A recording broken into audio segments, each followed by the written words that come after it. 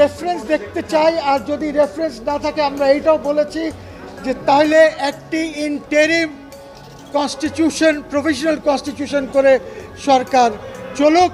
আমার ইউনূস সাহেবের বিরুদ্ধে কিছু নাই, কারোর বিরুদ্ধে কিছু নাই, কিন্তু আমি যেটা চাচ্ছি সেটা হচ্ছে যে কোনো ব্যক্তি রাষ্ট্রের সাথে কোনো ফ্রড করবে না। এইখানে যদি এটা প্রমাণ হয় যে ফ্রড হয়েছে, যারা রাষ্ট্রের সাথে ফ্রড করেছে তারা জনগণের সাথে ফ্রড করেছে, এবং এই ফ্রড কিভাবে হলো, কেন হলো, এইটা প্রয়োজন হলে আমরা ক্রিমিনাল মামলাও করব যারা ফ্রড করে। এই কারণে মনে হচ্ছে, বিকজ আমি একটি কপি পেয়েছি, ওই কপি দেখার পরে, এটা নীল কাগজে একটি কপি পেয়েছি, ওই কপিতে দেখা যাচ্ছে যেরকম সচিবালয় নথি লেখে উপরে বাম দিকে এই তারিখের পর এই জিনিসটা আছে। অ্যাপিলেট ডিভিশনের ওপিনিয়ন এইভাবে হয় না।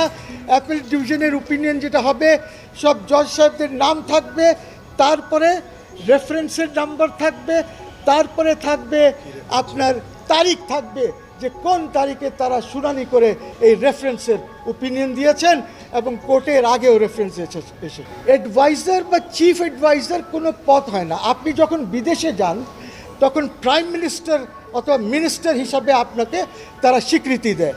এই কারণে দেখবেন যে আপনি বাকুতে, আজারবাইজানে যে গ্রুপ ছবি এসেছে সবাই, সেখানে দেখবেন যে আপনার চিফ অ্যাডভাইজারকে লাস্টে এক কোনায় দাঁড় করিয়েছে, অথচ একজন খুবই আপনার শাহবাজ শরীফ, পাকিস্তানের, যে খুব একটা ভালো লোক না বা সমস্যা আছে সেখানে, ওকে কিন্তু ফ্রন্ট রোতে দিয়েছে।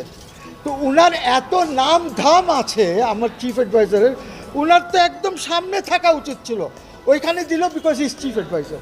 উনি যদি প্রাইম মিনিস্টার থাকেন এবং রেফারেন্সে ওপিনিয়নে যদি বলা থাকতো the chief adviser means the prime minister, তাহলে উনি প্রাইম মিনিস্টার হিসাবে যেতেন। আদারওয়াইজ অ্যাডভাইজারদের মূল্য নাই। Thank you.